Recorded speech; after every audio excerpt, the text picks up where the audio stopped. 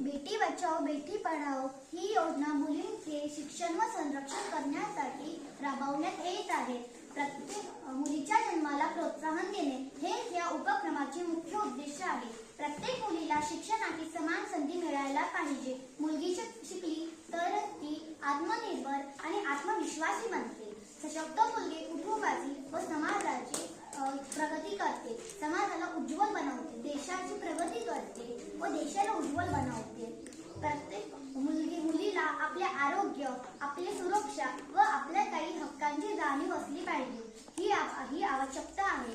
तसेच मुलगी ही समाजाची देवी असते, समाजाची शक्ती असते.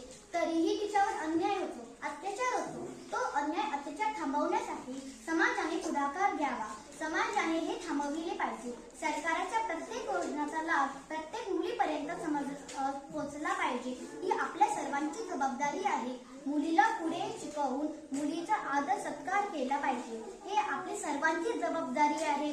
आपल्याला मुलीला शिकवले पाहिजे, तिला न्याय दिला पाहिजे, नाहीतर तिला अन्याय अत्याचार केला पाहिजे. भेदभाव, बालविवाह हे आपल्याला थांबवायला पाहिजे.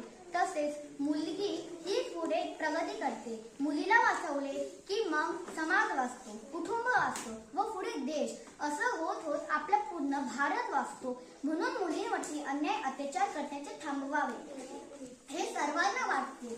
म्हणून मुलगी ही पुढे व्यवस्थितपणे सगळं सांभाळू शकते. मुलीसारखं दुसरं काम कुणी करू शकत नाही. म्हणूनच आपण मुलीला वाचवूया आणि मुलीला घडवूया. बेटी बचाओचा घेऊ संकल्प सारा, बेटी बचाओचा घेऊ संकल्प सारा. मुलीला वाचवून घडवू आपण उद्याचा तारा, मुलीला वाचवून घडवू आपण उद्याचा तारा. जय हिंद, जय महाराष्ट्र.